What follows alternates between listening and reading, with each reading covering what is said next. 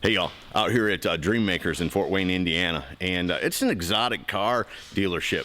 Not new, not like a Lamborghini or Ferrari new dealership, but they have them all. And I'm a big fan of the SS Trailblazer. I wish they still made them, but anyways, they've got one in here that Nasty Nate has hot rodded, and it's a pretty cool truck. So anyways, let me run him down and we'll take a look at it. Nate, how are you, brother? Pretty good, Scotty. And you today? I'm just a tad bit cold, you know. Yeah, that's no joke. Indiana's been under ice for a couple of months here. What do y'all do? You know, I hear y'all get locked in for the winter. I believe it now. But as hot rodders, what do you do? Sit around on the dyno and listen to a run or something? Yeah, you hear about cabin fever. We're all doing it. We do some get-togethers from time to time, but yeah, we're all doing a lot of bench racing. You know, talking about what's going to happen in the spring. I got you. I got you. What do you got going on here? This is a 2008 Trailblazer SS that I've built for a customer. He wanted something a little different, and he's got it. It's an all-wheel drive, turbocharged LS1 motor Trailblazer. Now, were these naturally aspirated or supercharged when they came? Naturally aspirated from the factory. Right. They made about 300, 350 to the wheel if they were a strong one. Right. What are you getting on this one? We are laying out 823 horse, 856 foot-pounds of torque. Twin turbo? Single turbo. Holy cow. How big's the turbo? We've got an 84 millimeter custom built with a 92 millimeter exhaust side. So it's a T6 Borg Warner turbo. Custom built by Turbo Force Inductions. I got you. And on that dyno, sometimes though, you can't get all that boost to kick in like you can on the street. Yeah, on a non-loaded dyno, which we had to use, we used a dyno jet, and we didn't choose to load it. We made about 14 pounds. This truck's capable of 18 on the street, and it's been programmed for 18 on the street. So for your math guys, that's about 30 to 35 horse per pound of boost, and we're lacking 4. So we can at least say another 100 horse. I got you. That's going to put you almost close to $1,000. It's easily 1,000 at the crank. Can we see inside? Oh, definitely. And that 800, that's to the wheels? That's to all 4 wheels. All 4 wheels? Yes. Man, think what you're losing in an all-wheel drive. I mean, we're estimating between 20 and 25% driveline loss. It's a heavy-duty 4L80 transmission. That thing robs a lot of power. Sure enough. You know, a 2-wheel drive, regular automatic transmission does it. I can't imagine what happens when you split it up and start running it through all that stuff. And you add in the heavy wheels and everything, and I mean, you could really make more power by reducing that loss, but it is what it is. We dynoed it how it is on the street all the time. No tricks. And that's, you know, the thing about it is, at the end of the day, it's not a race car. I mean, this guy wants to go fast and have a fun hot rod, but I'm sure he's going to take his family and go cruising in and things like that, right? Definitely. He called it his winter beater. Right, That's no joke. Wow. What's he got in the summertime? He's got a couple other cars. He's got a 780 horsepower twin turbo vet, and so this was his winter vehicle. I gotcha. Now out here at Dream Makers, do y'all tune? I mean, because you're notoriously for the high-end supercars, but I see some muscle cars and some hot rods out there. We've got a full service department. We're going to be offering anything you can name, pretty much, from custom fabrication to just your bolt-on stuff. For example, we did an exhaust on a 2014 Silverado today. Cool. So we can do about anything. We've got our window tinting department. We're going to get into a little bit of vinyl wrapping as well as full high-end detailing. So. Oh, that high-end detailing, man. A good detail shop is hard to find, brother. Yeah, they just did a full paint correction on this truck, so you can really see how well it looks. Is that original paint to 08? Yes, it is. Well, that's beautiful. That's a nice car. How many miles this thing got on it? It just rolled over 20,000. Well, as much winter as you got, you'd think it'd have more miles than that if all he did was drive it in the winter. Yeah, luckily he's got a couple of toys. I bet. How long have you been tuning stuff?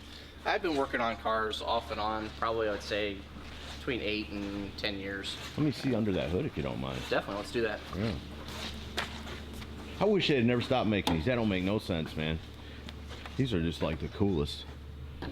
Now, I'll tell you, I don't understand this. I tell people I don't know nothing. All I know is what's cool, Nate. But I do have a lot of tech friends and motorheads. Tell me what you will divulge of what you've done under here. Well, I teamed up with Bill Davis of Bill Davis Custom Fabrication, and him and I pushed the radiator back about 4 inches to achieve room for a large Bell intercooler, as you can see here. Right.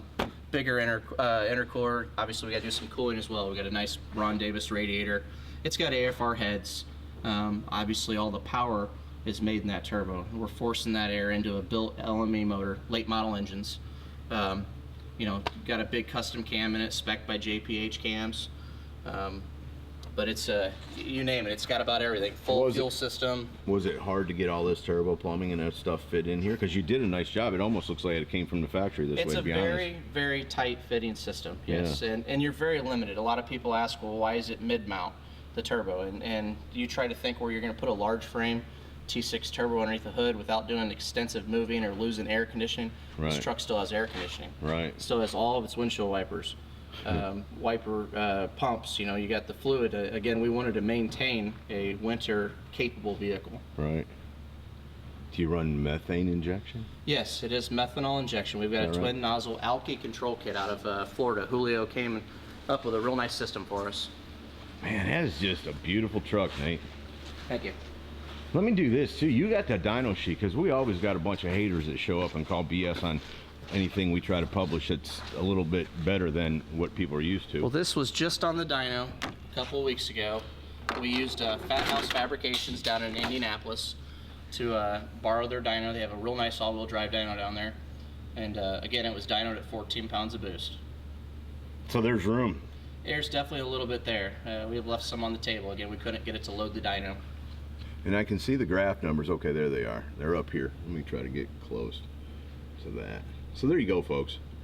Beautiful thing is, it's not just Nate saying it made 800 and some horse. And that torque is what really blows my mind. 800 and what'd you say, 856 pounds of torque? 856 pounds of torque. A lot of people called this truck the unicorn because it hadn't been on a dyno. We finally confirmed those numbers and put a couple people on all the forums to a final resting point now that this is the highest horsepower, according to the forums, in all-wheel drive form. And we're interested, because Nate likes a challenge. I haven't known him long, but I know he likes a challenge. If this isn't the highest horsepower one, Nate wants to know about it. Well, and there's another guy out there, and I find it fun.